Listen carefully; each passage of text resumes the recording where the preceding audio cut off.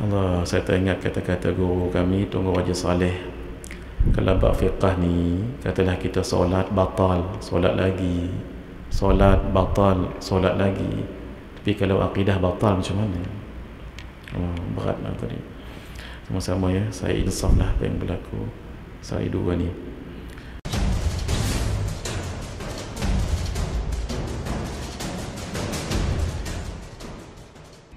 Bismillahirrahmanirrahim. Alhamdulillahi Rabbil Alamin. Wassalatu wassalamu ala ashrafil anbiya'i wal mursalin wa ala alihi wa sahbihi ajma'in. Subhanaka la ilma lana illa ma 'allamtana innaka antal alimul hakim. Rabbi shrah lana sudurana wa yassir lana umurana wahlul 'uqdatan min alsinatina yafqahu aqwalana wa la hawla wa la quwwata illa billahil aliyyil 'azim. Wa la hawla wa la quwwata illa billahil aliyyil 'azim. ولا حول ولا قوة إلا بالله العلي العظيم. خير ما أحييكم به تحية الإسلام وتحية الإسلام السلام. السلام عليكم ورحمة الله وبركاته. إلى حضرات النبي المصطفى رسول الله صلى الله عليه وآله وصحبه وبركاته وسلم، وإلى كافة الأنبياء والمرسلين، وإلى جميع المسلمين والمسلمات، وخصوصا إلى روح الإمام أبي الحسن الأشعري رحمه الله، وإلى روح الإمام أبي منصور الماتريدي رحمه الله، وإلى سائر أئمة ومشايخ الأشاعرة والماتريدية. شيء لله لهم الفاتحة. أعوذ بالله من الشيطان الرجيم. بسم الله الرحمن الرحيم. الحمد لله رب العالمين الرحمن الرحيم مالك يوم الدين. إياك نعبد وإياك نستعين اهدنا الصراط المستقيم صراط الذين أنعمت عليهم غير المغضوب عليهم ولا الضالين آمين. Alhamdulillah, kita syukur kehadrat Allah Subhanahu wa taala dapat sama-sama hadir. Malam ini kita sambung pengajian kitab ringkasan sifat 20. Pertemuan yang dahulu sudah kita sebutkan bahawa adalah menjadi kewajipan kepada orang mukallaf untuk mengenal Allah. Mengenal Allah melalui sifat-sifat Allah. Bila sudah kenal dan tahu sifat-sifat Allah, maka kewajipan yang seterusnya ialah tahu hukum sifat. Sifat wajib tu apa hukumnya? Sifat Adam mustahil, itu apa hukumnya? Maka apabila disebut tentang hukum, yang menghukumkan itu ada tiga. Pertama sekali syarak. Syarak kalau menghukum, maka hukum itu akan jadi hukum syarak. Yang itu kita tak bahaskan. Yang kedua hukum adat. Dari segi selalunya berlaku secara berulang-ulang, maka adatnya begitu. Umpama berbicara tentang api, adatnya membakar. Bicara tentang makan, adatnya mengenyangkan. Nah, itu hukum adat pun kita belum bicarakan. Yang kita bicarakan hukum akal. Akal bila menghukumkan akan wujud tiga keputusan. Mesti, itu namanya wujub. Tak mungkin, bahasa kita mustahil, itu namanya istihalah. Boleh jadi, boleh mungkin, itu namanya jawaz. Yang dihukumkan dengan wujub itu yang jadi wajib. Yang dihukumkan dengan istihalah, maka perkara itulah yang disebut mustahil. Yang dihukumkan dengan jawaz, maka itulah yang disebut jaiz. Bila kita tahu tentang sifat Allah wujud, maka akal kata wujud pada Allah mestilah. Maka jadilah wujubul wujud. Ataupun kita letakkan sifat wujud itu dengan wajib, wujubul wajib. Gitu. Oleh kerana sifat 20 itu 20, nama pun 20, ummahatu as-sifat, maka dia tidak jadi wajib dah, malah tidak jadi wajibani mutsanna, maka dia sudah banyak jadi wajibat. Maka semua sifat-sifat yang wajib ini akal hukumkan pada Allah wujub. Jadilah wujubul wajibat. Maksudnya wajiblah sifat-sifat tadi itu pada zat Allah Subhanahu wa ta'ala. Sama juga dengan mustahil. Yang mustahil akal melihat lemah, tak mungkin ada pada Allah. Lupa, tak mungkin ada pada Allah. Banyak, berbilang, itu tak mungkin pada Allah. Istihalah.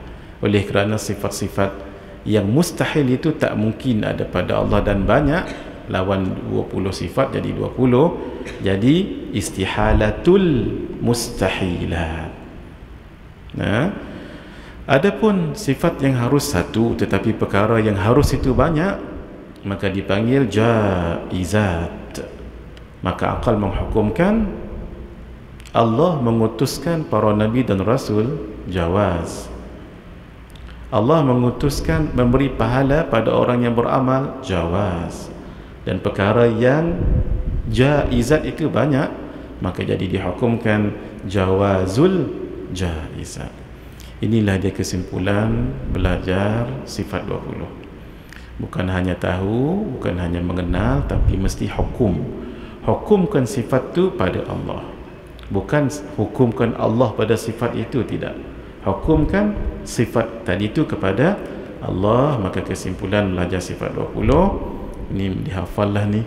Ini dihafal supaya kita tahqiq wujubul wajibat. Wajiblah sifat-sifat yang wajib itu. Istihalatul mustahilat. Mustahillah sifat-sifat mustahil itu. Supaya kita jangan isbatkan Allah ada sifat mustahil. Kalau berbicara dengan ilmu boleh jadi kafir, sebab mengisbatkan sifat mustahil pada Allah itu mustahil balik. Maka kita belajar yang mustahil, tujuannya untuk dijauhkan daripada iman kita kepada Allah. Dan jawazul jaizat. Jadi ini difahami elok-elok. Hari ini, malam ini kita akan belajar satu tajuk yang sangat penting, yang dibagi penekanan oleh para masyayikh, iaitu tajuk makhluk. Sebab nak mengenal Allah mesti mengenal makhluk. Kalau tak kenal makhluk, nanti akan berbicara sesuatu tentang Allah, rupa-rupanya makhluk. Ini sangat penting tajuk ini. Tajuk malam ni, tajuk ni saja. Sebab syubhah-syubhah yang berlaku di dalam masyarakat kita ada kaitannya dengan makhluk, sehingga mengatakan Allah ada tangan, lalu diterjemah yad itu dengan tangan. Tapi ada hikmah juga. Kata Baba'i sepanjang, syubhah-syubhah sebegini ini ada hikmah dia. Satu, supaya kita belajar balik kaedah-kaedah mengenal Allah. Penting ni, kaedah-kaedah mengenal Allah. Macam baca Quran itu kan wajib, kan ada kaedah dia. Kaedah itu terkumpul di dalam ilmu tajwid. Dalam tulah nanti ada sifatul huruf, ada makharijul huruf, baru ada tajwid. Tapi walaupun keseluruhan ilmu tu namanya ilmu tajwid, tak mungkin kita boleh baca Quran dengan baik kalau tidak dengan penguasaan tajwid yang baik. Maksudnya kaedah. Kita bercakap bahasa Arab walaupun kita bukan orang Arab. Orang Arab sekalipun dia mesti tahu ilmu bahasanya, ilmu grammar, macam mana past tense, simple present tense, simple future tense. Semua tenses itu dipelajari, baru kita boleh berbahasa dengan baik, bercakap dengan baik. Sama ilmu matematik, dia ada kaedah dia. Apapun ilmu mesti ada kaedah sama. Ilmu akidah ada kaedah dia. Walaupun Quran dengan hadis itu sumber yang thubut, betul, tapi belum tentu dilalahnya qat'i. Sebab itu ada perbahasan fiqh disebut dengan, ataupun perbahasan usul disebut dengan qat'iyyut thubut dhanniyyud dilalah. Qat'iyyut thubut, sumbernya thubut, tak boleh diingkari, pasti sebab Quran dan sunnah. Tapi apakah dalil tu punya makna yang sama ataupun tidak? Ketika Allah berfirman, wal mutallaqatu yatarabbasna bi anfusihinna thalathata quru', dan perempuan-perempuan yang ditalakkan itu hendaklah mereka menunggu thalathah, 3 quru'. Quru' itu, ayat ini namanya di dalam kaedah qat'iyyut thubut, sumber yang qat'i, yang pasti sebab Quran. Tapi apakah ayat ini menunjukkan satu makna sahaja? Ternyata tidak.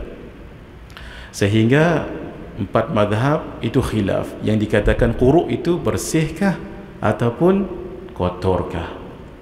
Nah, dan dua-dua pendapat betul. Itu yang namanya apa? Kaedah. Bukan terus difahami begitu sahaja. Begitulah juga dengan Al-Quran. Bukan terus ambil Al-Quran ataupun hadis difahami begitu tanpa kaedah. Kalau tidak nanti, ya Allah, akan dilihat bertembung ayat-ayatnya. Kalau ayat yang boleh difahami dan dita'dil, bukan dita'dil, difahami dengan cara yang boleh diterima, itu tak mengapa. Tapi kalau sudah jelas maknanya kontradik dengan kemahakuasaan Allah, itu bahaya. Contoh, nasullaha fanasiyahum, mereka lupa pada Allah lalu Allah lupakan mereka. Boleh tak mengisbatkan lupanya Allah itu kepada Allah walaupun dinafikan? Oh, tak samalah dengan makhluk. Itu kan bahaya tu. Itulah hadirinnya. Sebab itu kita biar belajar dengan kaedah. Hatta ulama mengatakan, guru kami Babal Iskam bagi tahu, ulama mengatakan hatta ayat Al-Quran sendiri pun, hadis sendiri pun, nah, kalau dhanni, dilalahnya dhanniyah, itu tidak boleh digunakan untuk perkara akidah. Walau ayat Al-Quran dengan hadis itu namanya kaedah. Ini kita belajar salah satu kaedah. Mudah-mudahan malam ni hadam betul-betul tajuk ni. Hadam tajuk ni dulu, kata ulama, baru boleh cerita tentang ayat dan nusus ataupun hadis muhkamat dan mutasyabihat. Kalau yang ini pun tak jelas lagi, jangan, bahaya. Terus faham Quran, terjemah begitu sahaja. Bismillahirrahmanirrahim. Makhluk dan ciri-cirinya dalam Al-Quran, ayat paling jelas tentang bezanya Allah dengan makhluk. Laisa kamitslihi syai' wa huwas samiul basir. Syai' di sini adalah sesuatu, merujuk kepada makhluk. Makhluk itu difaham dengan 2 ciri yang besar. Ni semua dalam kitab. Ya, kalau yang tak ada dalam kitab, saya akan bagi tak ada dalam kitab. Tuan-tuan boleh datang kat gambar. Kalau ada dalam kitab, tuan-tuan rujuk saja. Yang ni tak ada dalam kitab. Yang ni tak ada dalam kitab. Maksud saya, ada penerangannya ada, tapi slide ni tak ada. Makhluk difahami dengan 2, jirim dan Arab. Saya terbayang muka Tuan Guru Haji Saleh. Masya Allah. Mari kita baca Fatihah untuk beliau. Ala hadhihi niyyah wa ala kulli niyatin salihah. Al-Fatihah. A'udzubillahi minasyaitonir rajim. Alhamdulillahi rabbil alamin arrahmanir rahim. Iyyaka na'budu wa iyyaka nasta'in ihdinas siratal mustaqim. Siratal ladzina an'amta 'alaihim ghairil maghdubi 'alaihim waladdallin. Tuan Guru Haji Saleh sangat sangat mengambil perhatian benda ni tentang makhluk ini, supaya nanti kenal Allah Khaliq. Makhluk alal wazni maf'ul. Khalaqa yakhluqu khalqan fahuwa khaliqun wa dhaka makhluqun.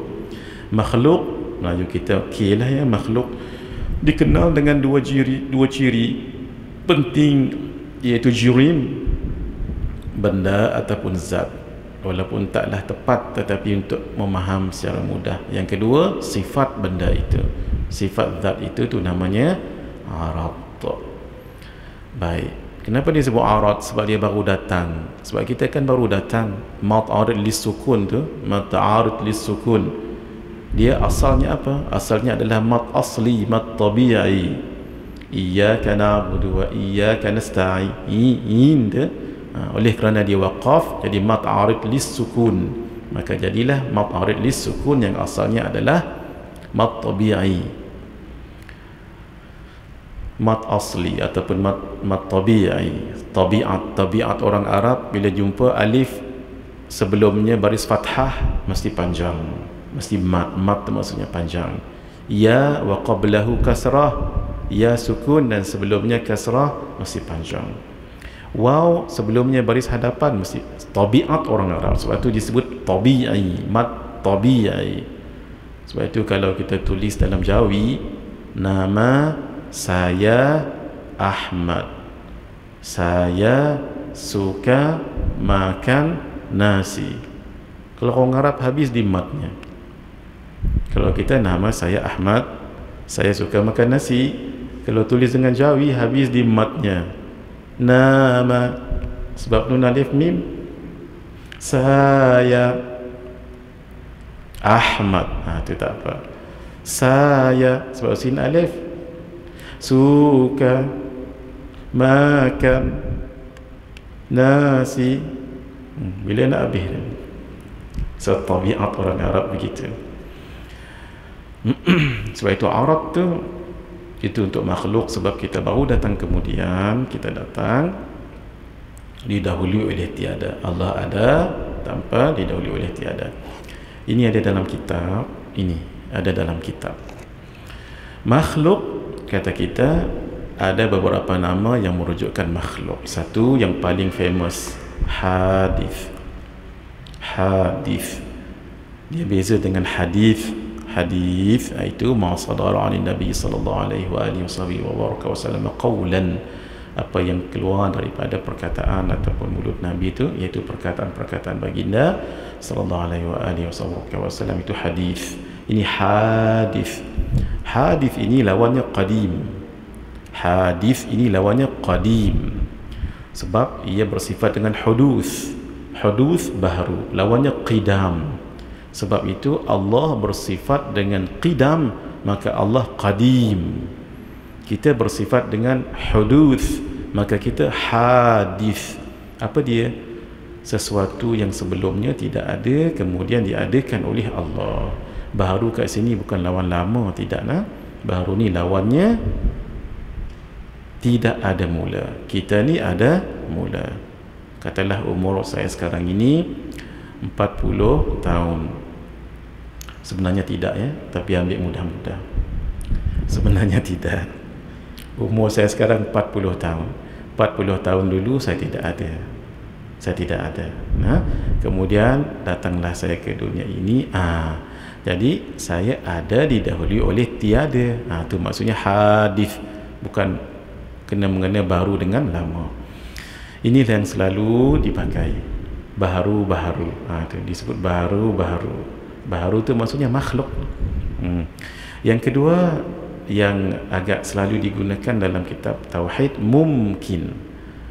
Yang ini dulu saya pernah keliru juga belajar, sebab saya ingat mungkin, M-U-N-G-K-I-N, tidak ya, M-U-M-K-I-N, mungkin, mim kaf nun. Sebab kenapa disebut mungkin? Sebab ia hadir dan ada pada waktu imkan. Imkan tu adalah masa selepas azali. Kita tengok sesuatu yang atasnya tu, sesuatu yang boleh ada dan boleh tiada. Boleh ada, boleh tiada. Harus ada, harus dia tiada. Allah wajib ada, sebab itu mustahil tidak ada. Ada dan tiada sama ada, sama berat. Ia boleh berubah daripada tiada kepada ada, atau sebaliknya ada kepada tiada, tiada kepada ada, lahir ke dunia ni. Ada kepada tiada, meninggal. Itu untuk kehidupan. Kalau untuk sakit, dulu tidak sakit, sekarang sakit. Dulu sakit, sekarang sihat. Itu dia berubah. Allah Ta'ala lah yang menentukan yang namanya mukhassis. Ini kalau ikut bahasa kitab Matan Ibn Abi Matan As-Sanusi, iaitu Ummul Barahin. Pertemuan yang dulu kita sebut Imam As-Sanusi sangat bersungguh dalam bab tauhid, sehingga beliau menulis 7 buku tentang tauhid ini. Sudah kita sebutkan hari itu kan. Pertama sekali Al-Kubra, yang kedua Al-Wusta, yang ketiga As-Sughra. As-Sughra inilah yang disebut Matan Ummul Barahin. Barulah seterusnya Sughra, kemudian Sughra, sehingga disebut oleh ulama kitab ini Al-Hafidah. Hafid maksudnya cucu. Dah Sughra. Barulah Al-Mufidah, barulah Al-Muqaddimat yang akhir sekali. Kalau di dalam Matan Ummul Barahin disebut mukhassis, kalau di dalam kitab Kifayatul Awam disebut murajjih, sama saja. Tuan-tuan begini, sekarang dulu sebelum saya ada kat sini, ada dengan tiada saya sama. Ada dengan tiada saya sama. Lalu Allah takhsiskan, khaskan. Mukhassis maksudnya khusus. Khusus apa? Mengkhususkan adakah atau mengkhususkan tiadakah. Lalu Allah mentakhsiskan saya ada, lalu saya ada di dunia ini. Itu namanya Allah yang mengkhususkan, mentakhsiskan. Jadi Allah mukhassis. Di dalam kitab Kifayatul Awam disebut murajjih, yang memberatkan, sebab dia sama berat. Allah beratkan ada, maka saya hadir ke dunia ini. Sama dengan tuan-tuan juga. Kalau diberatkan tiada, maka tidak ada kita. Itu dalam pandangan ilmu tauhid. Kita bawa dalam pandangan ilmu tasawuf. Kita setiap saat ini adalah mungkin, setiap saat ada dengan tiada saya sama sekarang. Ada dengan tiada. Tetapi setiap saat Allah beratkan ini dalam ilmu tasawuf. Setiap saat Allah beratkan ada. Sebab itu setiap saat tuan-tuan hidup. Kenapa? Allah yang mengkhususkan, takhsis ada tu daripada tiada. Allah yang memberatkan ada daripada tiada. Sebab itu kata orang sufi, wajib kita bersyukur kepada Allah setiap saat. Kenapa? Setiap saat Allah pilih ada. Sebab itu akan ada satu saat nanti kita tidak tiada. Apa nama saat itu? Kematian. Mati, habis. Gitu nah. Yang ketiga agak famous, alam, sesuatu yang selain daripada Allah, ma siwallah. Jirim yang kita belajar hari itu dengan arat, jirim dengan arat, yang tadi sebenarnya jirim dengan arat, sifat benda adalah termasuk alam. Ini untuk asatidah. Sebahagian kitab alal qillah tak famous. Alal qillah disebut, menyebut alam ini dengan alim. Tuan Haji, kalau ada asatidah yang belajar mendalam sifat 20 ini, kalau kita dengar ada istilah nama alim, kita semua ini alim, betul. Tapi alal qillah tak selalu disebut begitu. Yang selalu disebutnya alam. Apa dia alam? Ma siwallah, selain daripada Allah, makhluk. Apa dia makhluk? Jirim dengan arat tu saja. Ada sebahagian kitab menyebut alim, sebab alam ini jadi alim, guru yang mengajar kita bahawa dia dijadikan oleh Allah. Jadi pokok di luar itu adalah alim, walaupun sebenarnya alam, pokok di luar itu adalah alim, sebab dia guru. Dengan kita melihatnya, maka ia mengajar bahawa ia ciptaan Allah, ia diciptakan oleh Allah, bermakna ada pencipta. Dia mengajar kita, sebab itu disebut alim. Walaupun yang masyhurnya alam, Alam ini berasal dari perkataan alamatun. Alamatun, tanda. Bila kita lihat makhluk-makhluk ini, tanda adanya Allah. Sebab semua ciptaan itu diciptakan. All the creations are created by the Creator, Allah Subhanahu wa taala. Yang satu lagi yang biasa kita sebut kainat, iaitu kaun. Kita ini mukawwan, yang dijadikan oleh Allah. Allah mukawwin. Kita mukawwan, Allah mukawwin. Allah yang menjadikan kita. Kita ini mukawwan.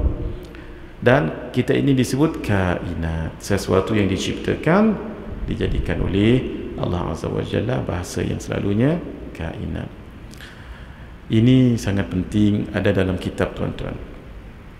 Makhluk yang kita sebut dengan pelbagai nama tadi itu, dia pelbagai nama merujukkan satu, itu biasa saja ya. Di dalam istilah disebut ikhtilafu al-i'tibarat ikhtilaful ibarat biikhtilafil i'tibarat. Ikhtilaful ibarat biikhtilafil i'tibarat. Berbeza ibarat, istilah, berbeza sudut pandang. Contoh, orang Kedah kahwin dengan orang Perlis, orang Pening ke, di Kedah dipanggil Mak Long sebab dia paling tua. Nah, tapi ketika dia pergi ke Pening, tiba-tiba dipanggil Mak Su sebab dia kahwin dengan Pak Su. Nah, suami dia tu Pak Su dipanggil di Penang, maka isteri automatically akan jadi Mak Su, walhal dia bukan Mak Su di Kedah, dia adalah Mak Long. Pak Su yang di Penang tu pula ketika balik di Kodiang Kedah akan dipanggil Pak Su ke Pak Long. Pak Long walaupun dia paling bungsu. Nah, saya mengajar hari ini dipanggil pengajar. Ketika saya balik ke rumah, zaujah saya panggil, tu tak boleh sebut. Nah, saya barangkali di sini dipanggil ustaz, nah, walaupun tak layak sebenarnya. Di rumah zaujah saya tak akan panggil saya ustaz. Ustaz bawa balik, tak, rahsia. Nah, ketika saya balik ke rumah ayah saya akan panggil saya, ambil dah ya, dir ke, muhadi ke. Kakak saya sudah pasti berbeza memanggil saya tidak juga ustaz, sebab berbeza siapa yang memanggilnya itu. Ada dua ciri besar mengenal makhluk. Rasa-rasa ni macam pernah disyarah lah. Ni sudah belum? Ni tu aja. Belum? Oh, tu mungkin tempat lain. Mungkin dalam online. Ada yang ikut online. Ada daurah online sifat 20 sekarang. Dah kami sudah habis 1 minggu. Hari ini tadi hari Selasa ni kan, Masya Allah. Ya, rupanya saya syarahkan ini di online. Jirim satu. Apa dia jirim? Suatu yang mengambil ruang. Bahasa mudah, benda. Macam saya ni jirim lah. Sebab di sini tadi ruang asalnya ni, tapi bukan ruang yang betul. Ini namanya ruang yang mauhum. Tuan-tuan tengok kosong-kosong yang di dalam masjid kita ni, tu nampak macam ruang kan? Dia sebenarnya bukan ada ruang pun. Ini ruang, ya, dalam istilah tauhid dipanggil al-faghar al-mauhum. Faghar maksudnya tempat kosong, mauhum yang kita sangka je. Sebenarnya ada penuh udara kat sini ni ya. Tapi dalam bahasa manusia biasa kita akan panggil dia ruang yang kita anggap ruang, tapi sebenarnya bukan. Sebab ada udara kat situ tu, cuma kita tak nampak jisimnya tu ya. Yang betul-betul al-faghar al-mutlaq nunatana, yang vacuum betul-betul nu di atasnya, dekat yang kena pakai oksigen tu, dekat atas. Atas apa kita panggil bahasa atas? Space, dekat space tu. Itu ya. Jirim itu bahasa ulama usuluddin. Kalau bahasa ulama maqulat ashar dipanggil jauhar. Jauhar itulah jisim, jauhar itulah jirim, jirim itulah jauhar. Cuma Jauhar yang berbentuk jirim itu dipanggil al-jauharu al-murakkabu, jauhar murakkab. Nah, ataupun jauhar dahulu, nanti kita lihat jisim ke bawah itu. Baik, kita guna perkataan usuluddin, ulama usuluddin. Apa dia jirim? Nah, kalau ada yang mengatakan jauhar, sopa juga, tapi itu dalam ikut ulama maqulat masyar. Yang kedua, arad. Arad adalah sifat benda. Jirim kalau boleh dibagi-bagi, itu namanya jisim, jismun. Kalau tak boleh dibagi kerana terlalu kecil, itu dipanggil al-jauharul farad. Kalau di pondok disebut jauhar farid, jauharul farid. Nah, jauharul farid asalnya al-jauharul fardi ataupun al-jauharul fardu, tak boleh dibagi-bagi sebab terlalu kecil. Contoh, atom, proton, neutron dan seterusnya. Jisim pula kalau boleh dipegang, boleh disentuh, tu kasar, namanya kathif. Kathif. Contoh, manusia, termasuklah tangan, mata, telinga, jari, tumit, kaki. Sebab tu jangan kata Allah ada tangan, sebab tangan itu adalah miliknya manusia. Manusia dalam kategori kathif, di bawah jisim, di bawah jirim. Jirim itu ciri makhluk. Sebab itu penting, ini penting mengaji kaedah. Tak perlu dulu cerita ayat Al-Quran kalau tidak faham kaedah. Faham kaedah dulu, baru kita cerita tentang Al-Quran. Pokok, batu, kertas, pen dan sebagainya. Ada juga jisim, dia ada jisim. Nah, tetapi jisim ini halus, latif namanya. Tak boleh dipegang, disentuh, tapi boleh dirasa. Nah, contoh roh, malaikat. Malaikat itu jisim, sebab itu kita sebut jisim yang halus. Jin, angin, malam, cahaya, kegelapan dan banyak-banyak lagi. Selesai di situ. Kemudian aurat sifat. Kalau ada sifat-sifat ini, sifat jirim lah tu. Bila sifat jirim, itu bermakna makhluk lah tu. Satu, bertempat, aina. Kita ni kan tempat kita di mana sekarang? Di bumi. Bumi itu di mana? Di dalam space, dalam galaksi, dalam Milky Way. As long as ada tempat, itu adalah makhluk. Arat dulu ya. Di arash, langit, bumi, 6 arah. DB, depan belakang, kanan kiri, atas bawah. Selama bertempat, makhluklah tu. Sebab itu soalan, adakah Allah bertempat? Soalan itu sudah mustahil. Adakah Allah bertempat? Tak payah jawab, tak apa. Sebab soalan itu tidak kena. Kaifa, bagaimana keadaan tu? Allah tidak berbentuk, bersemayam contohnya, duduk, naik, turun. Sebab ia akan melibatkan jarak, naik, turun. Tuan-tuan datang pada saya, itu maksudnya menghampiri, datang. Tuan-tuan menjauhi daripada saya, kita panggil pergi. Nah, setiap yang melibatkan jarak, depan, belakang, kanan, kiri, itu adalah aina. Maka kaitannya dengan kaifa itu juga adalah arat. Bersemayam, duduk, sakit, lupa, ketawa, besar, kecil, tinggi, rendah, tak. Allah bukan besar, bukan kecil, tinggi, rendah, tak. Itu semuanya adalah bentuk ataupun keadaan makhluk. Mata, bila itu tak ada kaitan dengan Allah, sebab Allah sudah ada sebelum bila lagi. Sekejap lagi lebih jelas tuan-tuan akan tengok. Ada 2 waktu yang disebut sebagai qadim dengan hadith. Sekejap lagi ya. Dulu, sekarang, akan datang, itu tak ada kena-mengena dengan Allah. Sebab Allah yang jadikan dulu, sekarang, akan datang. Dan yang terakhir, kam, bilangan, juzuk ataupun susunan. Allah tidak tersusun daripada jasad, roh. Kalau saya ni bersusun, pada diri saya ada kepala, tangan, ada abdomen, ada kaki, itu baru luaran, ada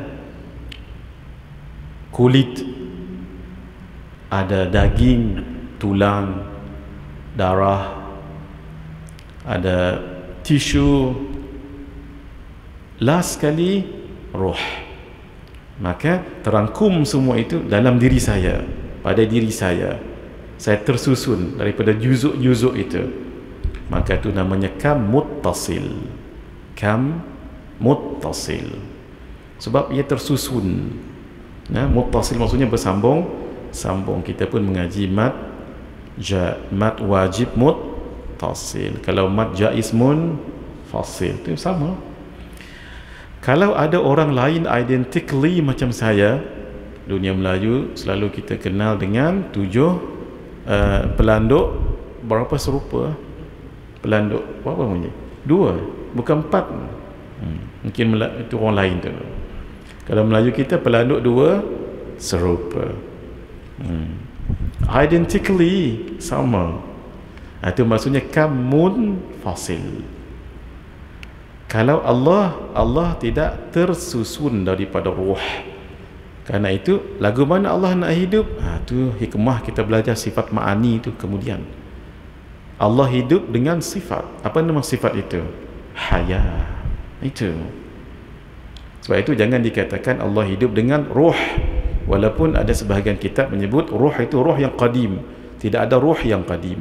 Sebab ruh masuk dalam kategori, kalau tuan-tuan tengok kat sini, latif. Latif naik atasnya jisim. Jisim naik atasnya jirim. Bila dah sebut jirim, makhluk lah tu. Ruh itu adalah makhluk. Ini dihafal bagus ni. InsyaAllah tuan-tuan kalau hafal ni, insyaAllah nanti kita belajar ayat mutasyabihat jadi tenang elok. Kalau tak semabul, dia jadi keliru. Jadi baik, kam muttasil dengan kamun fasil. Kalau kamun fasil, apakah ada Tuhan lain selain daripada Allah? Tidak, sebab mustahil. Yang ada kam ini makhluk. Ini dihafal. Sebab itu kata ulama tauhid, man taraka arba'an kamula tauhiduhu. Siapa yang tinggalkan 4, maka selamatlah, sempurnalah tauhidnya. Apa dia? Ini aina kaifa matakam. Jangan tanya Allah tentang 4 ini. Bertanya Allah tentang perihal 4 perkara ini, sah dia belum kenal Allah. Tidaklah orang itu dikenal dengan al-arif billah, kenal kepada Allah. Ma'rifatullah, nak kenal Allah mesti kenal makhluk dahulu. Baik, ini dihadam, ini dihadamkan. Sebab itu bila kita dah hadam ini, agak-agak kalau ni ditutup, boleh diingat, boleh dan lancar dengan melihat buku. Saya punya pointer hari ini tertinggal, dia punya yang panggil tu remote tu kan. Remote tak ada, tapi yang dalam nak letak kat sini tu apa panggil lagi. Baik. Kalau kita boleh hafal, itu sangat bagus sekali. Cuba kalau kita boleh sama-sama hafal tanpa melihat kitab, jujur. 1, makhluk itu dikenal dengan 4 nama. 1, hadis. 2, mungkin. 3, alam. 4,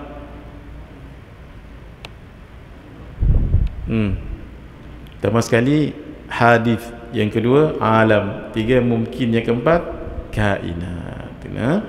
Nak kenal makhluk paling kurang dengan, bukan paling kurang lagi, memang inilah dia paling asas, iaitu 2 ciri, jirim dan jirim itu kalau boleh dibagi-bagi namanya jisim, tak boleh dibagi namanya al-jawharul farad. Jisim itu pula kalau boleh dipegang, boleh dibelah, boleh dipeluk, diramas, boleh dipegang, itu namanya kathif, contohnya manusia dan anggota.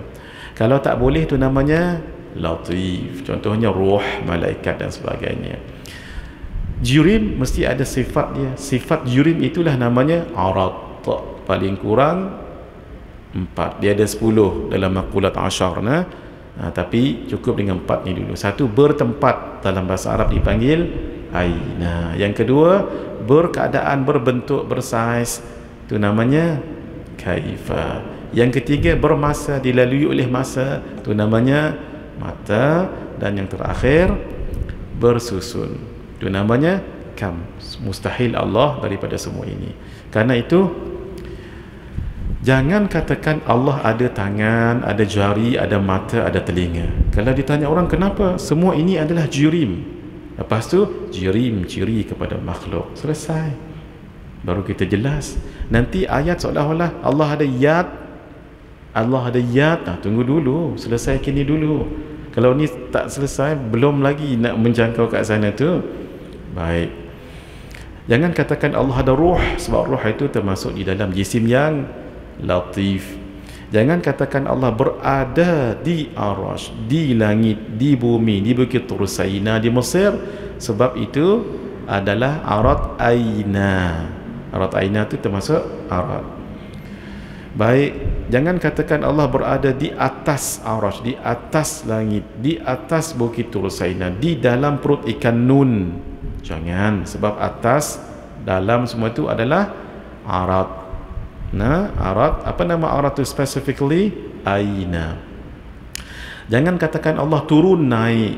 Itu yang kata tak boleh terjemah apa ni, yanzilu rabbuna ila sama'id dunya fi thuluthil akhir minal lail.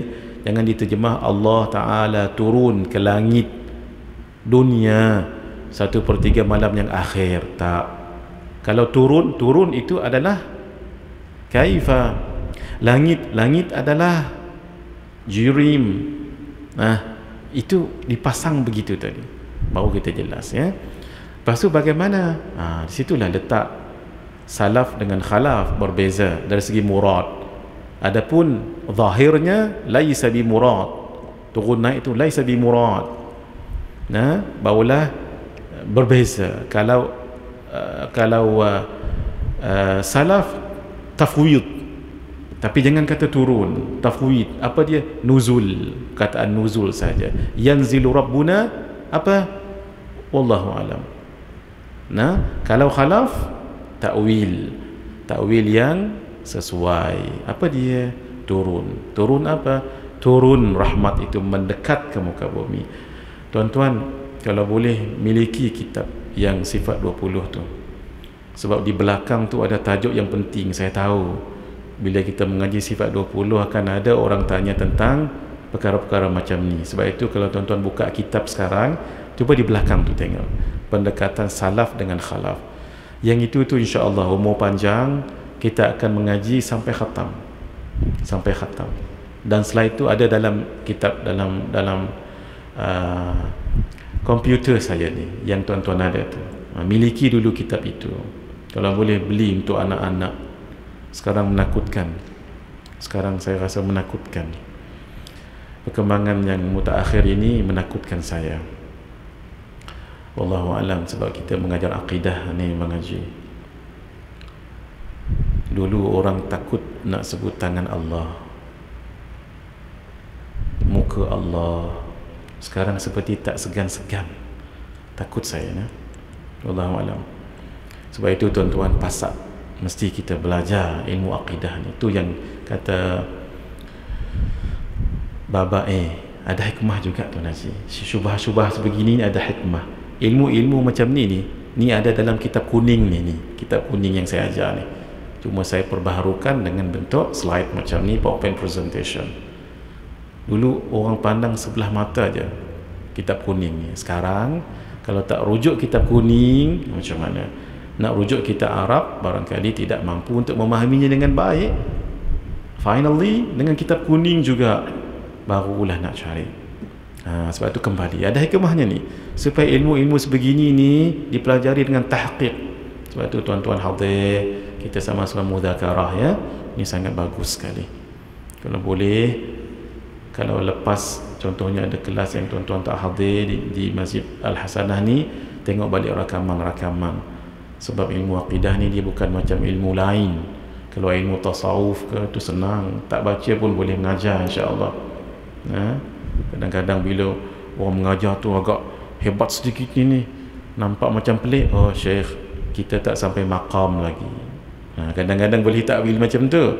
Tapi ini kalau cerita jurim dengan jisim aurat tak kena, kita dah detect, oh salah ni. Sebab tu ilmu ni ilmu yang sensitif. Sifat wajib pada Allah, sifat mustahil atas Allah, situ pun dah ada ada sensitifnya di situ tu. Baik. Allahu Akbar. Kata guru kami lagi, baba yang sepanjang syubhah sebegini ni ada hikmahnya. Bila Allah datangkan syubhah sebegini, bukan kosong-kosong, supaya kita ingat balik pengajian akidah ni mesti ada kaedah. Bila ada kaedah, mesti ada kitab rujukan. Rujuk balik kitab-kitab kuning. Satu lagi kata beliau, sinilah Allah nak menzahirkan ulama. Menzahirkan ulama. Kadang-kadang orang itu kain pelikat je, baju pagoda je, tapi itulah alim tauhid. Selagi tak ada sakit, orang tak tahu nak cari siapa yang boleh mengubat. Ketika dia boleh mengubat, oh dia rupanya doktor pakar rupanya. Situ Allah nak zahirkan ulama. Dan ilmu tauhid adalah ilmu yang paling penting sekali untuk mengesahkan ilmu fiqh, mengesahkan ilmu tasawuf. Artinya belajar sekali lah, belajar sekaligus ya. Allah, saya teringat kata-kata guru kami Tunggul Raja Saleh. Kalau bab fiqh ni, katalah kita solat batal, solat lagi, solat batal, solat lagi. Tapi kalau akidah batal macam mana? Berat lah tadi. Sama-sama ya, saya insaf lah apa yang berlaku. Saya dua ni, Allah Ta'ala turun naik, ya Allah, bersemayam, bersila, duduk, sakit, lupa, tak boleh. Ini semuanya adalah arat kepada makhluk. Mengaji elok-elok hadirin, sifat 20 ni, mengaji dengan orang yang ahli dalam bidang ni. Kalau boleh biar bersanad, supaya kita tahu mana satu. Allah Ta'ala jangan dikatakan besar, kecil, tinggi, putih. Sebab itu Arabnya kaifa. Allah Ta'ala jangan dikatakan baru ada lani. Sebab itu adalah Arab mata. Allah Ta'ala terdiri daripada roh, daging, darah, tisu. Itu adalah sifat makhluk. Ini sangat penting sekali. Muka surat berapa tu mengaji? Yang makhluk tu, yang itu. Muka surat 18. Kalau boleh muka surat 18 tu dihafal. Denda diri sendiri kalau tak hafal. Kalau boleh, maksud saya hafal yang hijau dengan merah je, tu je. Yang hijau dengan merah. Ini sangat penting. Berbicara ayat mutasyabihat yang ni dulu, yang dasar ni dulu ni. Sama cerita tentang bid'ah. Cerita dulu bid'ah tu dari segi ilmu mantiqnya macam mana, ilmu usulnya macam mana. Baru kita masuk kepada nas. Kalau ilmu alat perkakas ni tak cukup, macam mana nak memahaminya? Saya sebut benda ini sebab Tuan Guru Baba yang sepanjang selalu tekankan. Kembali dulu kepada yang asas ni, kepada alat, ilmu alat, baru kita cerita tinggi-tinggi gitu ya. Daripada wujud Allah sehingga sekarang, saya tak berani guna perkataan kronologi, sebab kronologi itu melibatkan waktu. Waktu tu kan Allah ciptakan. Sama juga dengan ketika tu Allah ciptakan. Jadi apa bahasanya tak tahu saya sampai sekarang. Jadi untuk lebih selamat, saya guna saja daripada wujud Allah sehingga sekarang. Dulu saya pernah letak slide ni, kronologi. Bila kronologi itu maksudnya it refers to time. Walhal the time is created by Allah. Allah exists before the existence of masa. Saya pernah mengajar di sini, kalau tak silap, ataupun di UKM, ada saya guna perkataan kronologi. Saya minta pada jemaah, ada tak bahasa yang lebih elok? Ada seorang ustaz daripada Syria, orang kita Melayu mengaji di Syria. Bila sebut perkataan tu, saya tak ingatlah perkataan beliau yang beliau sebut. Sebab Masa tu Allah ciptakan, Allah ada sebelum masa. Mari kita lihat Allah Subhanahu wa ta'ala, kita tak bicarakan dalam perkara ini, maksudnya dalam pembahagian waktu ini, sebab Allah qadim. Sekarang pun Allah qadim, Allah tak berubah. Sebab tu kita letak warna merah sebegini ni. Tapi untuk memahaminya, kena letak dua juga waktu sebegini. Ada satu masa, masa pun tak ni juga. Ada ketika pun tak juga. Tapi untuk lebih faham ya, memahami dekat kita ni, ada satu masa ketika lah kita sebut yang dipanggil qadim ataupun azali. Satu lagi, yang ini, ketika ini dipanggil sedia kala. Memang begitulah. Nak kata masa, kalau sebut masa sedia kala tak boleh juga. Nah, keadaan lah sebenarnya, keadaan qadim azali. Ketika ini tidak ada makhluk, hanya ada Allah. Satu lagi hadis. Bila sebut hadis, tuan-tuan dah terbayang ni mesti makhluk ni. Kan tadi kita introduce dia punya istilah. Satu lagi imkan. Ada juga ulama menyebutkan mala yazal ataupun malam yazal. Saya tak letak kat sini, takut semabul. Faham dulu yang qadim ataupun azali, dia sebenarnya ada beza. Qadim dengan azali ada lagi beza. Ada lagi beza. Nanti saya akan tunjukkan slide dia. Mendalam. Kita ambil pendapat yang senang lah. Qadim itu azali, azali itu qadim. Tapi dari segi terperinci memang ada beza. Satu lagi hadis ataupun imkan ataupun mala yazal. Masa ni lah yang disebut sekarang. Bukan sekarang kita ni. Sekarang bila diciptakan makhluk, akan datang dan seterusnya. Allah sudah ada ketika qadim. Hanya Allah sahaja yang ada ketika ini. Tidak ada makhluk yang nama jirim dengan arat ni, sama sekali tidak ada. Sama sekali tidak ada tempat, tidak ada arash langit bumi. Itu yang kata Allah dah ada sebelum arash langit dan bumi. Makhluk tidak ada. Tidak ada manusia, malaikat, jin, hayawan, tumbuh-tumbuhan, roh dan seterusnya. Tidak ada arah, tidak ada depan, belakang, kanan, kiri, atas, bawah, dalam, luar. Tidak ada masa, tidak ada masa dulu, sekarang, akan datang, yang tenses kita sebut tu. Tidak ada keadaan siang, malam, sejuk, panas, bunyi, tak ada apa. Kalau bahasa pondok, hanya Allah seorang je ada waktu tu. Kalau bahasa Allah guna seorang ni tak apa nak kena nah. Kalau bahasa pondok, Allah seorang saja. Fahamlah kita, tak ada apa. Siang, malam tak ada, suara tak ada. Lagu mana tak ada lagu? Macam mana tak ada macam?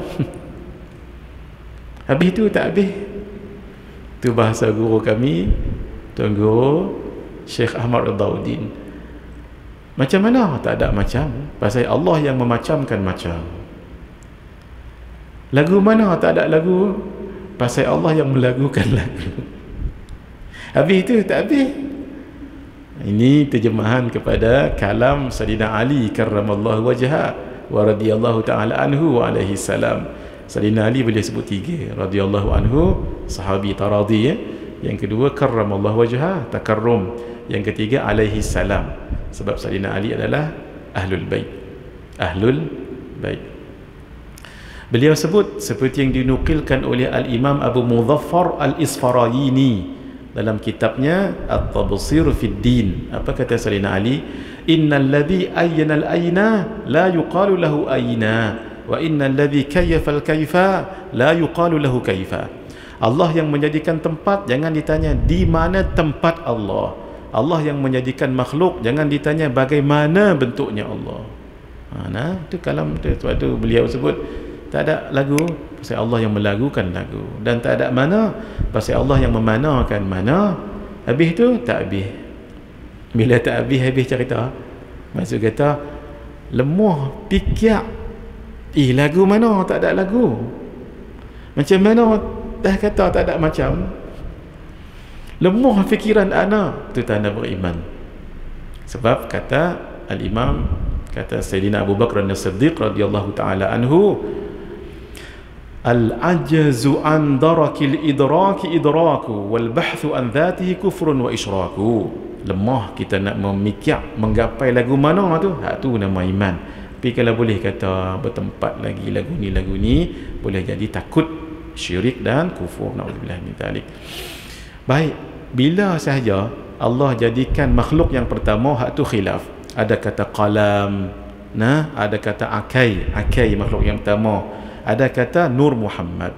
Kebanyakan kitab dan riwayat menyebut Nur Muhammad. Ketika Sayyidina Jabir bertanya kepada Nabi sallallahu alaihi wa sahbihi wa baraka wasallam tentang awwalu khalqin khalaqahu Allah, apakah makhluk yang pertama dijadikan oleh Allah, maka Nabi menjawab sallallahu alaihi wa baraka wasallam, innallaha khalaqa nura nabiyyika ya Jabir, sesungguhnya Allah menjadikan nur nabimu wahai Jabir. Itu yang dibahaskan dengan Nur Muhammad. Yang ini ceritanya panjang ala kulli hal ya.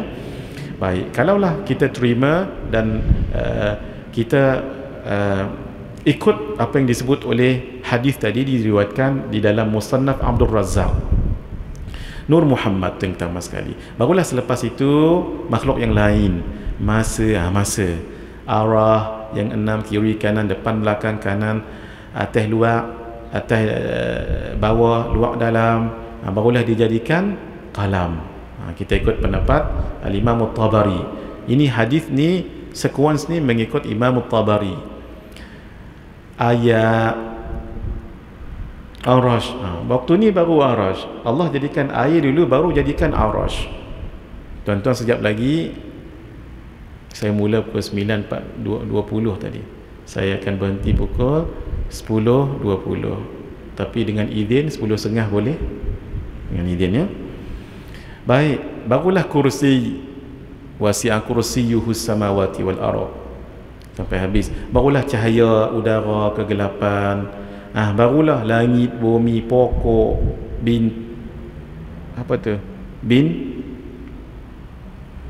bintang, manusia, hayawan dan seterusnya. Kita barulah ni, Arash barulah ni, baru hadis ni. Sebelum tu tak ada, Allah dah ada dah. Pasal itu jangan katakan Allah Ta'ala ada tangan, jari, mata, sebab semua ni baru ada ketika hadis itu adalah masanya makhluk. Jangan kata Allah ada roh macam tadi juga, cuma bezanya kalau tadi tu jirim dan arat. Semua yang kita sebut tadi tu ada pada ketika hadis ataupun imkan. Tuan-tuan, supaya nampak, tadi kita katakan apa tadi? Allah jadikan Arash. Bermakna mana dulu? Allah ada dulu ke Arash ada dulu? Allah ada dulu. Langit dengan Arash, mana satu dulu dijadikan? Arash ke langit? Arash. Barulah langit. Kerana itu, supaya gambaran, kita nak tengok gambaran tentang makhluk yang saya sebutkan tadi itu. Yang ini saya syarahkan ketika Isra dan Mi'raj. Saya ambil yang Isra Mi'raj tu, saya bawa dalam dewan, dalam masjid kita ni, tapi saya modifikan sedikit. Sebab tu ada Makkah dengan Baitul Maqdis tu. Tuan-tuan jangan tanya mana Masjid Hasanah. Pasal ini saya ambil daripada yang dulu saya buat ketika Isra dan Mi'raj. Kalau kita dongak ke atas, bukan ni tak ada apa, dongak dalam ni tengok kipas besar ya. Dongak kat luar, kita akan tengok langit. Betul? Langit tu hadirin namanya langit dunia. Langit dunia. Tapi di dalam surah yang kita baca setiap malam, surah Tabarak, Allah sebut tentang langit. Alladhi khalaqal mauta wal alladhi khalaqas sab'a samawati tibaqa. Ada langit yang berlapis-lapis, ada 7. Kat mana langit tu? Bukan langit atas. Langit yang 7 itu di atas langit ini. Nanti saya akan cerita lebih panjang. Langit yang 7 itu di atas langit dunia. 1, 2, 3, 4, 5, 6, 7. Ini yang disebut 7 lapis langit. Dalam Al-Quran menyebut alladhi khalaqas sab'a samawati tibaqa. Setiap langit ni, langit pertama sehingga langit yang kedua, kata Al-Imam Ibnu Asakir dalam riwayat hadis, nak pergi ke langit yang kedua daripada langit yang pertama 500 tahun perjalanan. Ini kalau cerita Isra' Mi'raj ni, tuan-tuan pakai yang ni nampak, ya Allah, macam mana cerita yang sebegitu panjang hanya mengambil masa tak lebih 30 minit. Sebab itu Allah gunakan lailan, Allah tak gunakan lailatan. Tambah lagi Allah gunakan subhana di hadapan ayat. Kata almarhum Kiai Zainuddin MZ, beliau dipanggil Kiai sejuta umat. Sebab kalau beliau ceramah, ramai-ramai, dan diisilah berjuta-juta. Kata beliau, dalam ayat ini Allah pertaruhkan kesuciannya, menceritakan tentang Isra' dan Mi'raj yang sangat luar biasa itu. Sebab itu dimulakan dengan subhanalladzi asra sampai akhir. Banyak cerita dalam Quran Allah tak gunakan subhana. Cerita paling panjang dan sangat terkenal, cerita Al-Baqarah, Nabi Musa dengan lembu betina, tidak dimulai dengan subhana. Yang ini kita reserve bulan Rajab nanti. Bulan Rajab nanti baru kita cerita Isra' dan Mi'raj. Allah sebut subhanalladzi asra bi'abdihi lailan, tidak digunakan lailatan. Tapi ketika menyebut tentang Lailatul Qadar, Allah tak gunakan lailan, tapi lailatan. Inna anzalnahu fi Lailatul Qadar, tidak Lailul Qadar. Sebab kalau muannas itu maksudnya seluruh malam, yang dikatakan malam daripada maghrib sampai ke subuh.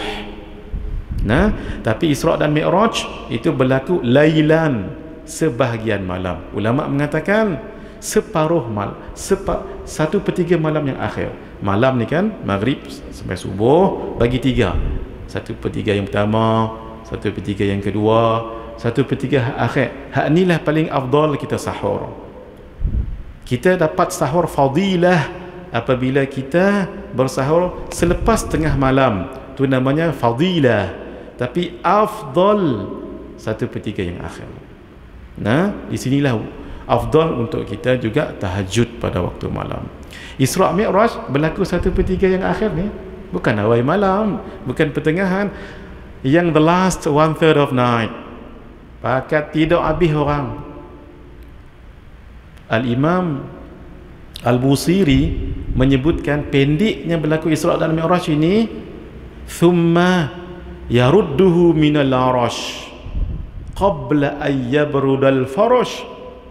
Kemudian thumma tu adalah kemudian Allah kembalikan Nabi daripada arash ke muka bumi qabla ayyabrudal farash, sebelum sejuk tempat tidur.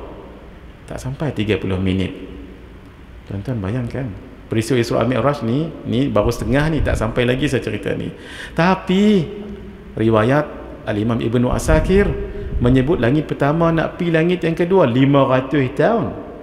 Kedua, ketiga 500 tahun. Tu cerita Isra' Mi'raj bulan Rajab nanti. Ambil slide ni nanti, tuan-tuan. Tapi bukan slide ni, ada slide yang satu lagi, iaitu akan dikeluarkan bulan Rajab. Malam ni yang modified saja. Atas langit yang ketujuh ada lagi, itu namanya Sidratul Muntaha. Kalau saya nak cerita ni saja habis masa. Kenapa tuan-tuan? Langit pertama ni, bumi lah ni, kalau boh di situ, boh di langit yang pertama, hadis menyebut hanyalah seperti cincin di tengah padang pasir. Bukan gurun Kedah tu, bukan. Padang gurun seluruh gurun kat dunia ni campur. Boh ni tak ada. Besar itulah bumi kita di langit pertama. Langit yang kedua, langit pertama campur dengan bumi. Boh tang tu hanyalah sebesar cincin di tengah padang pasir. Langit yang ketiga, besar dia lagu mana? Langit yang kedua tadi tu campur dengan langit yang pertama, campur dengan bumi. Boh tang tu hanyalah sebesar cincin di padang pasir. Pakat tak habis mengaji malam ni nah. Yang ni sebab tu tuan-tuan, kalau orang faham benda ni, bila sebut subhana, ya Allah, luar biasa, bukan sebarang-barang subhana itu. Sebab itu kita diajak antara subhana, maha suci Allah daripada tidak kuasa, sampai peristiwa yang hebat itu hanya berlaku setengah jam. Maha suci Allah daripada perbohongan, maha suci Allah daripada makhluk yang lemah. Sentiasa diajak. Sebab itu kita berzikir lepas solat, apa mula dulu? Takbir tak? Tahlil tak? Tasbih dulu. Ilahana ya Rabbana, subhanallah, barulah alhamdulillah. Sebelum kita nak tamjid Allah, memuji Allah, tahmid, bersih dahulu, tanzih. Itu maksudnya subhana. Itu perlu belajar nak mengenal Allah, mesti bersihkan kita dulu. Even dalam ilmu tasawuf pun menggunakan kaedah ini, tapi dalam ilmu tasawuf digunakan takhalli, baru tahalli, baru akan kurniaan Allah tajalli. Mesti ke situ. Sebab tu semua kembali pada akidah. Sidratul Muntaha ni, seluruh 7 langit yang ketujuh, tujuh langit bawah tu besar tu. Nanti kita cerita. Atasnya ada ulama kata lautan, ada ulama kata mustawa. Hak atas, di sini letaknya arash, makhluk yang paling besar. Makhluk paling besar adalah arash. Kalau orang tanya apa makhluk paling besar, jangan jawab ikan paus. Kalau ikan paus tu masih tingkatan 5. Kalau gajah, itu sekolah tadika. Pasal bila cikgu tanya dengan budak-budak sekolah tadika, apa binatang paling besar, mesti mereka akan jawab gajah. Pasal duk nampak gajah paling besar. Cikgu tanya lagi, apa binatang mula dengan huruf D? D. Apa agak-agak? Budak tadika agak-agak jawab apa? 2 ekor gajah. Dah, binatang paling besar mula-mula kan gajah. Jadi cikgu tanya, kalau yang binatang mula dengan huruf D, dia jawab 2 ekor gajah. Cikgu pun marah. Hang nak atas kerusi, kawan tu pun nak atas kerusi. Cikgu ni pun dia tak boleh tahan sabar. Soalan seterusnya, apa binatang mula huruf M? Kawan-kawan lain tak berani nak jawab, pasal kawan ni dah naik atas kursi. Selagi kelajak salah naik atas meja, pakat senyap. Lah dia jawab, mungkin gajah. Dah M, dia duk nampak gajah. Cikgu pun, ya Allah, maaf nah, hang pi keluar. Marah cikgu ni, hang pi keluar. Sian tengok dia buat beg besar, duk pi kat luar pintu. Pintu tu terbuka lagi pasal dia tunggu kawan dia. Cikgu ni pun satu hai suka tanya pula main huruf depan tu apa. Apa binatang mula dengan huruf J? Orang lain semua takut salah, takut kena peramat macam dia. Lah dia jawab, jangan-jangan gajah. Malam ni dia mimpi gajah malam ni. Akhirnya cikgu pi kat pintu tu, bom, tutup pintu dan tutup tingkap. Pasal dia bijak sangat, semua dia jawabnya gajah. Lah cikgu pun wise enough, sambil berbisik-bisik. Soalan ni, takut dia jawab lagi. Dah lah jawab gajah. This will be the last question. Apa binatang mula dengan huruf? Tadi cikgu bijak, tak mau kuat, takut didengar. Huruf K. Senyap semua orang. Tiba-tiba ada suara kat luar, confirm gajah. Mari kita kembali tahun ni tuan-tuan. Leleh dia jawab confirm gajah. Budak-budak ingat gajah saja nah. Mari kita tengok yang kata langit ni, siapa yang kata Allah itu di langit ni saja-saja ni maksudnya tanya sambil bergurau-gurau. Dia guna akal, kita guna akal. Walau bukan begitu nah. Siapa kata Allah di langit? Tanya, langit mana yang kamu katakan tu? Kan langit ada dua. Satu langit dunia, satu lagi langit ada 7 lapis. Langit mana? Langit ni kah? Dunia kah? Ataupun langit hak ke-7 ni hak mana satu? Kalau langit yang ke-7, baik, langit yang nombor berapa? Nombor 1 ke nombor 2, nombor 3. Ni guna akal ni, sebab orang kata Allah di langit. Nah, kita tengok orang lah, kalau dia jenis orang yang alim, cara alim. Kalau dengan biasa, cara biasa. Dah dia kata Allah di arash. Baik, arash itu kan bukan langit. Tuan-tuan, langit nak pergi ke arash berapa tingkat tu ada, dan berapa jauh tu ada. Di arash kah? Kalau lagu tu Allah bukan di langit, di arash. Tapi tadi kata Allah di langit, tapi ayat lain kata Allah di arash. Duk tang mana ni? Itu kita tak bawa Quran lagi tu, tak bawa hadis lagi tu. Dalam buku saya di belakang tu, buku tuan-tuan ni di belakang tajuk tu berbelas ayat Quran hadis kat situ. Itu satu nah, tuan-tuan. Arash yang kita sebut ni dengan langit dengan semua ni duk di mana hadirin? Ni tak ada dalam ni, tak ada dalam buku, boleh tangkap gambar. Ni tak ada. Yang saya cerita ni tadi ni, hak banyak-banyak tadi ni, dia duduk tang mana? Duduk tang ni. Duduk tang ni. Duduk dekat bila? Dekat waktu hadis ataupun waktu imkan. Allah dah ada sebelum itu. Jadi jangan dikatakan Allah di langit, di arash. Allah sudah ada tanpa tempat. Kana Allahu wala makan wa huwa al-an ala ma alaihi kan. Tu kata Sayyidina Ali, Allah ada tanpa tempat dan Allah ada seperti mana yang dulu tanpa tempat sekarang ini. Kalau tidak jadi taghayyur.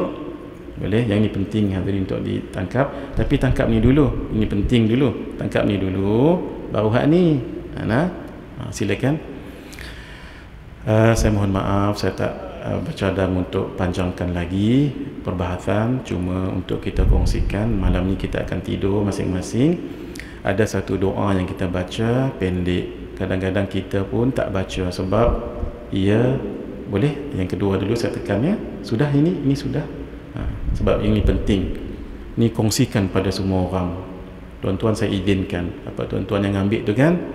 Saya izinkan. Hatta yang dalam buku ni pun saya izinkan. Cuma jangan di reprint balik sebab di sini ada perjanjian perjanjian dengan company, jadi takut ada tak elok lah. Tapi apa-apa part yang dalam tu tuan-tuan rasa nak kongsi dengan kawan-kawan, terutama sekali ditanya, boleh kongsi silakan.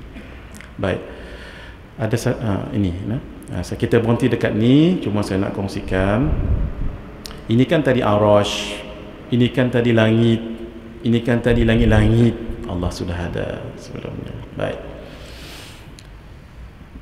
5 minit sebelum tidur malam ni dan bila-bila pun kita selalu baca doa pendek. Bismikallahumma ahya wa amut. Boleh juga Bismikallahumma amutu wa ahya. Kerana terlalu pendek, kita kadang-kadang tak ambil berat, kadang-kadang tak dan habis. Bismikallahumma amut, dengan nama Allah aku meninggal betul-betul. An-nawmu akhul maut. InsyaAllah mulai daripada malam ni jangan take it for granted, jangan ambil ringan. Kenapa? Walaupun dia ringkas tapi very powerful, sangat besar hikmah dia. Al-Imam Ibn Kathir, beliau menulis kitab Tafsir Al-Quran Al-Azim yang terkenal dengan Tafsir Ibn Kathir. Beliau juga menulis kitab Al-Bidayah wa Nihayah. Beliau wafat pada kurun yang ke-8 tahun 774 Hijriyah. Dalam kitab Al-Bidayah wa Nihayah, beliau cerita ni buku sejarah. Beliau menceritakan tentang kabilah Arab yang sebelum Nabi, maksudnya zaman datuk-datuk Nabi, pernah diketuai oleh seorang tokoh namanya Harab bin Umayyah. Harab bin Umayyah ketika membawa kafilah perdagangan, kafilah ini 3 ekor unta dan lebih, tu baru nama kafilah, berhenti di satu kampung. Tapi kampung ni pelik. kampung misteri dipanggil. Lalu mereka, saya pendekkan saja cerita, lalu mereka jumpa ular, dibunuhnya ular itu. Sebenarnya ular itu adalah jin. Lalu marahlah jin kerana dibunuh ular itu, kawan mereka ke apa yang dibunuh. Datanglah seekor jin dalam bentuk nenek tua, bawa tongkat. Ketika menghampiri kawasan kafilah tadi, dihentaknya tongkat, bertempiaran unta-unta, kambing-kambing melihatnya. Sebab binatang boleh tengok, jin orang lain tak. Pakat cari balik tang mana hilang, nak ambil balik. Dapat, alhamdulillah. Esok hari mai lagi nenek tua tadi tu, nah pegang tongkat, hentak lagi, bertempiaran lagi, satu kerja lagi, cari lagi. Ni tak boleh jadi ni. Kalau dia datang esok benda yang sama, akhir depa pun cuba tanya orang-orang di kampung tu, siapa gerangan nenek tua tadi tu? Seorang pun tak tahu. Tapi cari-cari ada seorang nenek tua juga. Nek bertanya, silakan, orang tua yang begini bawa tongkat sebegini, kamu jangan sembarangan. Itu jin tu, tapi dalam bentuk manusia. Kenapa nenek ini tahu itu jin? Sebab nenek ini pun jin. Nenek ni adalah jin. Tapi yang pelik yang ni, nenek ni pesan, kalau dia mai hangpa baca ni, nanti dia akan hangui terbakar. Pelik juga nah. Jin mengajak untuk bakar jin. Ni tak pelik. Sebab ada riwayat menyebut gandum yang ada di Baitul Mal setiap pagi itu akan berkurangan. Setiap pagi berkurangan. Sampai Sayyidina Abu Hurairah ada satu riwayat nak investigate siapa buat kerja, tak tahu. Sembunyi. Memang ada tangan nak ambil, tangkap. Rupa-rupanya jin. Hang buat kerja, biar kurang bahasa nah. Ya. Pasal apa nak ambil lagu ni? Esok saya akan bawa kamu jumpa Rasulullah sallallahu alaihi wasallam. Tolong jangan. Tak, kan hang mencuri. Aku akan ajak kamu satu bacaan. Kalau kamu baca, jin tak akan mai. Jin mengajak supaya jin tak mai. Pelik juga nah. Ini hadis ni. Saya nak kaitkan dengan cerita mula-mula tadi. Diajak apa? Ayatul Kursi. Ayatul Kursi. Tuan-tuan, Ayatul Kursi ini jangan tinggal. Ini adalah khazanah yang Allah sudah keluarkan daripada Kanzul Arash. Kita sebut Arash tadi kan, bawah Arash tu ada kanzun, ada tempat penyimpanan benda-benda, barang-barang berharga. Sebab itu bila selepas berwuduk, sunat dongak ke langit. Walaupun di dalam rumah kita akan tengok bumbung, walaupun orang buta tengok juga ke atas. Kenapa? Sebab kata Syekh Muhammad Nawawi Ibn Umar Al-Bintani, yang disebut dengan An-Nawawi As-Saghir, An-Nawawi Athani. Nah, dalam kitab beliau Maraqil Ubudiyah, syarah kepada kitab Bidayatul Hidayah, beliau mengatakan melihat Kanzun Arash, tempat perbendaharaan Arash, ya Allah keluarkan lagi. Allah sudah keluarkan dua. Satu, Ayatul Kursi. Tuan-tuan pegang betul-betul. Yang kedua, la haula wala quwata illa billahil aliyil azim. Sebab tu kita dongak kita tu supaya Allah keluarkan lagi. Pagi esok Sayyidina Abu Hurairah bagi tahu ya Rasulullah, malam tadi begini. Kata Nabi, jin itu penipu. Jin ini penipu. Tapi hak dia ajak malam tadi betul. Jin ni penipu, jangan percaya. Kalau kata pergi tempat na'udzubillah ya, ataupun kata orang pandai mengubat ke, dia kata jin tu pun bercakap, yang buat kamu ni haji mat, jangan percaya. Dia kadang suruh kita berkeliling haji mat dia. Tak pun yang buat kamu ni hajah bedah, bukan benar pun, dia nak suruh kita berkelahi ya. Tapi kata Nabi, jin itu pembohong. Tapi hak dia ajak malam tadi betul. Apa dia? Ayatul Kursi. Nah, sama-sama. Patah balik cerita tadi. Kalau dia mai kata orang tua ni tadi, kamu baca ni dia akan menggelupak, hangui. Bacanya apa? Bismikallahumma. Itu saja. Bismikallahumma, 2 patah perkataan, dengan namamu ya Allah, wahai Tuhan kami. Itu saja. Sebab itu sangat powerful benda ini. Selesai. Esok hari sungguhlah jin tu mai. Bila dia mai, ada di kalangan depa tadi ni yang teringat apa yang dikata oleh nenek tua tadi tu. Dia pun baca Bismikallahumma, lalah mengelupuk jin tadi tu. Nah, hangui. Tapi dalam dia mengelupuk tu, dia tertendang Harab yang saya cerita mula-mula tadi tu. Harab bin Umayyah ditendang, meninggal ya Harab. Penangan jin ni. Nah, meninggal tang tu. Akhirnya mereka pun meneruskan perjalanan. Bila dalam perjalanan bawa mayat Harab tadilah bin Umayyah, nak buh tang mana? Akhirnya dok rasa tempat yang sesuai, depa pun gali liang, lubang dan liang semua kambuh tang tu. Bila mereka nak pi, ada suara jin bersyair. Jin pun syair juga jin ni. Nah, dan syair ini tak boleh diulang 3 kali. Bukan kata tak boleh, kalau ulang 3 kali mesti ada yang silap.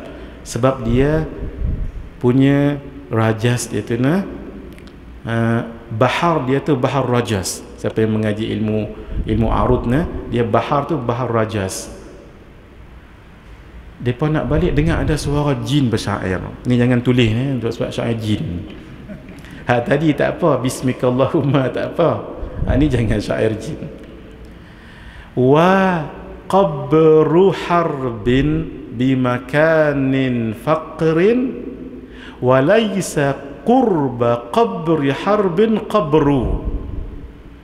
Saya sebut slow-slow tu yang boleh tu ni Tuan Haji. Kalau sebut laju-laju 3 kali dia mesti ada silap.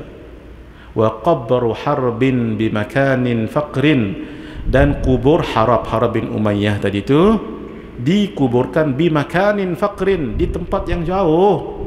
Wa laisa qurba qabri harbin qabru, dan tidak adalah berdekatan dengan kubur Harab kubur.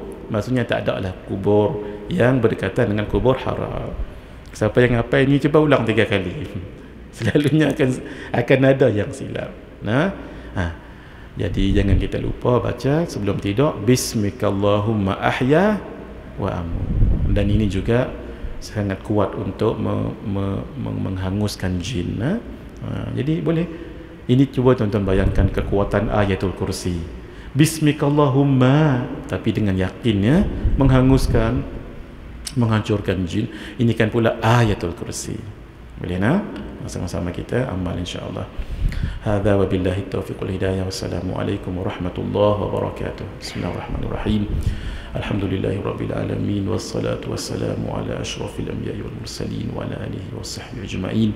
Allahumma ya rabbi bi jahi nabiyyikal mustafa wa rasulikal murtada tahhir qulubana min kulli wasfin yuba'iduna an musyahadatika wa mahabbatik wa amitna ala sunnati wal jamaah wa syauqi ila liqa'ika ya dzal jalali wal ikram.